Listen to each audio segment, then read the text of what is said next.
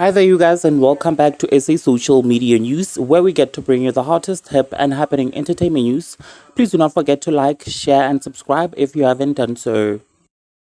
Mamkhize became one of the few celebrities to visit and check up on Zola after it was reported that he is struggling financially. Mamkhize posted this picture of her, Zola, and his son Andile Mpisane on her Instagram and captioned it as follows: spending some much needed time with my brother at Zola 7. Guys, I just want to encourage all of us to do the right thing, especially when it comes to one of our own. Zola is an unsung hero who has been a catalyst for change in our society for many years. Let's not turn a blind eye. Hashtag show Zola love.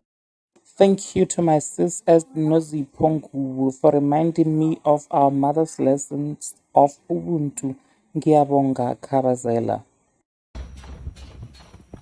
Hashtag find Zola. I'm still kidnapped. But I'm in a Bentley, so I'm not complaining. Yeah, Zapela, how? No, but you must press the brake.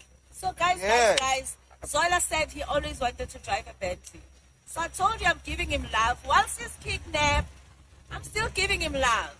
So we're gonna take just one small driving yana with Bentley yana, so that it's part of love. You have told me. Carry on, guys. Hashtag show Zola love. Oh, by the way, South Africa, you must all go and fill up your tanks today because tomorrow petrol is going up. That's okay. But we're in a Bentley. So Guys, I've been telling him today that sometimes I see him, I see myself in him. He's such a solid rock. He always think about other people and forget about himself. It's time. stop this. It's You've been time. saying this. You've been It's saying... time we make him our problem rather than him making all of us his problem. Listen, I've got Bentley problems. You've got better problems.